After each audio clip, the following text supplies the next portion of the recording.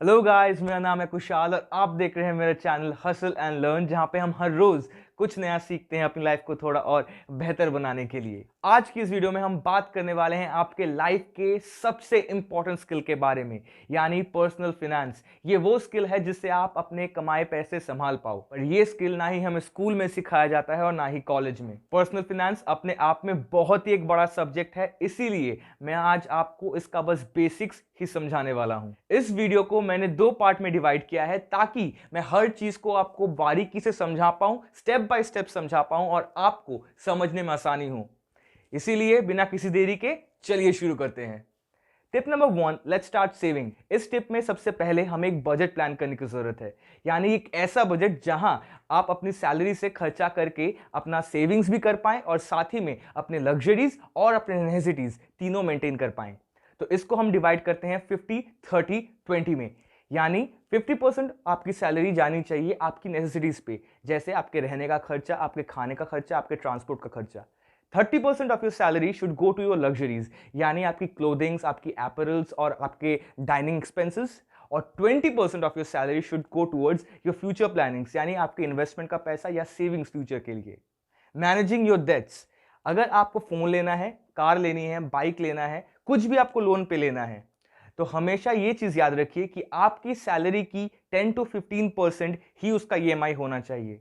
तो सपोजेडली अगर आप एक चीज लोन पे ले रहे हैं और आपकी सैलरी 10,000 है, तो उसका 10 to 15% हुआ 1,000 से 1,500 रुपए। उसकी ईएमआई 1,000 से 1,500 रुपए में ही रेंज करनी चाहिए, ताकि आप अपनी लोन भी दे पाए और साथ ही में आप सेविंग्स भी कर पाए। वरना आप लोन्स लेते चले जाओगे और सेविंग्स कर नहीं पाओगे। और दूसरी चीज लोन के बारे में ये याद रखनी जरूरी है कि अगर आपके पास अभी कुछ हाई इंटरेस्ट लोन है, जैसे कि स्टूडेंट लोन या फिर क्रेडिट कार्ड लोन, तो उनको जल्दी पे ऑफ कीजिए, क्योंकि उन पे इंटरेस्ट ज्यादा लगता है, तो आपको ओवर टाइम पैसा ज्यादा देना पड़ेगा। अगला पॉइंट है सेविंग्स। सेविंग्स के बारे में बचपन से हमें यह फॉर्मूला सिखाया जाता है कि income minus expenses equals to savings. But real life में इस फॉर्मूला को थोड़ा ट्विस्ट करने की जरूरत है।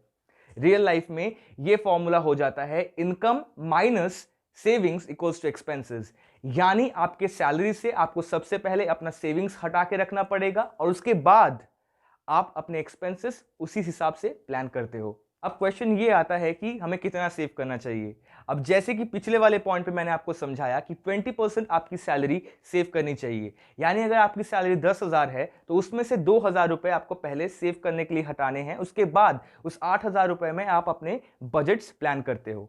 लेकिन हम कई बार ये सोच तो लेते हैं कि सेव करेंगे, लेकिन अपनी बुरी स्पेंडिंग हैबिट्स की वजह से हम सेव नहीं कर पाते। इसीलिए मैं आपको एक टिप देने वाला हूं जिसने मुझे बहुत हेल्प किया और आपको भी 100% हेल्प करेगा। अब से हम 3 अकाउंट्स मैनेज करेंगे: सैलरी अकाउंट, इन्वेस्टेड अकाउंट और स्पेंडेड अकाउंट। सैलरी अकाउंट में हमारी सैलरी क्रेडिट होती है और जैसे ही सैलरी आए, साथ ही साथ 20% अमाउंट ऑफ योर सैलरी, यानी जो हम सेव करने वाले हैं, वो पैसा उठा के आप इन्वेस्टेड अकाउंट में डाल दीजिए। और बाकी 80% ऑफ योर मनी जो रहता है बाकी आपके सैलरी से, वो आप अपने एक्सपेंसेड अकाउंट में डालिए और वहीं से खर्चा कीजिए। इससे आप सेविंग्स की भी हैबिट डाल पाएंगे और साथ ही में आप अपने एक्सपेंसेस भी ट्रैक कर पाएंगे। Savings account is bad. कई लोगों को ऐसा लगता है कि सेविंग्स अकाउंट में हमें बैंक इंटरेस्ट तो दे रहा है, तो बैंक में ही हम पैसे क्यों ना रखें। तो इसका वन वर्ड आंसर है inflation. Inflation is the fall in the purchasing power of your money, यानी आसान शब्दों में, अगर आपके पास 10 रुपए हैं और आप उस 10 रुपए से आज 5 गोलगप्पे खरीदते हो, तो वहीं आप 5 साल पहले उसी 10 रुपए से 15 गोलगप्पे खरीद सकते थे, राइट? तो यहां गोलगप्पे तो सेम है, पर आपके पैसों की गोलगप्पे खरीदने की पावर कम हो चुकी है, और इसे ही हम आसान शब्दों में इन्फ्लेशन कहते हैं। अब हमको यह पता है कि बैंक आपको इंटरेस्ट देती है पैसे रखने के लिए बैंक में, लेकिन ये बैंक उतना ही इंटरेस्ट देती है जितने में आप इन्फ्लेशन से फाइट कर पाए। यानी कि आज अगर आप बैंक में 10 रुपए रखते हो और आज आप 10 रुपए में 5 गोलगप्पे खरीद पा रहे हो, तो बैंक आपको 5 साल वो पैसे बैंक में रखने के लिए उतना ही इंटरेस्ट देगा, ताकि आप 5 साल बाद भी 5 गोलगप्पे खरीद पाओ। तो इसीलिए हम जब पैसा रखते हैं बैंक में, तब शायद हम इन्फ्लेशन से तो लड़ लेते हैं, यानी हमारे पैसे की वैल्यू कम तो नहीं होती है, लेकिन हमारा पैसा मल्टीप्लाई नहीं होता। तो अब ये क्वेश्चन आता है कि हम अपने पैसे मल्टीप्लाई कैसे करें, और ये मैं आपको इन्वेस्टमेंट वाली टिप में बताने वाला हूं। अगर आपको ये वीडियो अभी तक अच्छी लग रही है तो लाइक कीजिएगा इस वीडियो को, सब्सक्राइब कीजिएगा इस चैनल को, ताकि ये सीखने और सिखाने का सिलसिला चलता रहे। Tip number 2, build your safety net. ये पार्ट फाइनेंशियल प्लानिंग का सबसे इंपॉर्टेंट पार्ट है, क्योंकि इस पार्ट में हम अपनी सेविंग्स को एक प्रोटेक्शन देने वाले हैं, ताकि जब कोई इमरजेंसी सिचुएशंस आए, जैसे कि जॉब खो जाना या फिर कुछ मेडिकल इमरजेंसी या अनटाइमली डेथ, तब आपकी सेविंग्स को कुछ इफेक्ट ना हो, यानी तब आपकी सेविंग्स इंटैक्ट रहे और वो सिचुएशन भी आराम से निपट जाए। प्रोटेक्शन में सबसे पहला पॉइंट आता है इमरजेंसी फंड्स। इमरजेंसी फंड्स यानी वो पैसे जो आप जमा करते हो उन सिचुएशंस के लिए जहां आपको पैसों की सख्त ज़रूरत पड़े, जैसे कि कहीं जॉब खो जाना या फिर ऐसा कोई सिचुएशन जहां आपको जल्द ही पैसों की ज़रूरत है। अगर आपका कोई डिपेंडेंट नहीं है, यानी अगर आपके ऊपर, आपके सैलरी के ऊपर कोई भी इंसान डिपेंडेंट नहीं है, तो इन दैट सिचुएशन हम 3 मंथ की सैलरी सेव करेंगे। वहीं पे अगर आपका कोई डिपेंडेंट है, जैसे कि माता पिता या फिर आपके पार्टनर्स, तो इन दैट सिनेरियो हम 6 महीने की सेविंग्स करेंगे। लेकिन ये पैसा हम सेविंग्स अकाउंट में नहीं रखेंगे, ये पैसा इधर हम शॉर्ट टर्म डेट फंड्स में रखेंगे या फिर आप फ्लेक्सी फिक्स डिपॉजिट में रखोगे, जहां पे आपको इंटरेस्ट भी अच्छा मिले और सिक्योरिटी भी हो।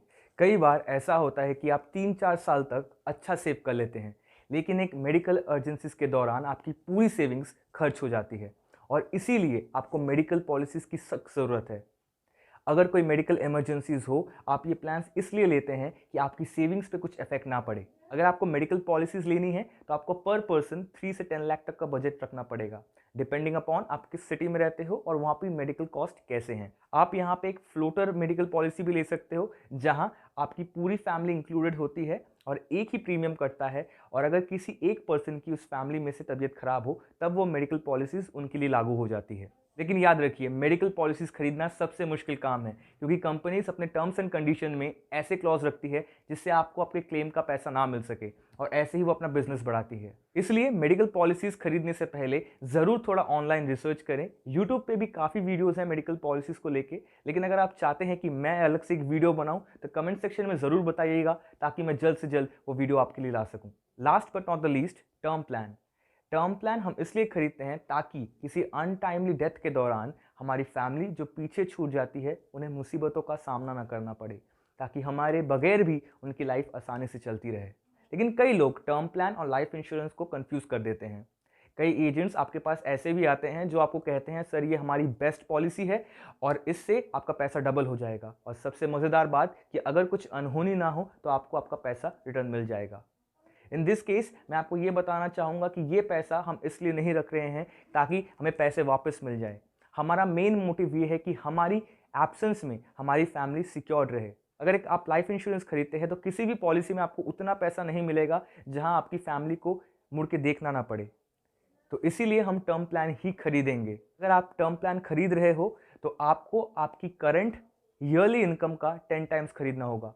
यानी अगर आपकी ईयरली इनकम 10 लाख है तो उसको 10 टाइम्स इंटू कीजिए, यानी 1 करोड़ रुपीज़ का टर्म प्लान लेना पड़ेगा। अमाउंट बहुत ज़्यादा सुनाई में दे रहा है, लेकिन इसकी प्रीमियम शायद 2,500 के आसपास आती है मंथली। तो ये 3 चीज़ें करके हम अपनी सेविंग्स को सिक्योर कर लेते हैं, ताकि कोई भी इमरजेंसी सिचुएशंस आए हमारी सेविंग्स पे इफेक्ट ना पड़े। आज के वीडियो में इतना ही, लेकिन अगली पार्ट में हम बात करने वाले हैं इन्वेस्टिंग, फाइनेंशियल फ्रीडम और रिटायरमेंट के बारे में। Until then, hustle and learn.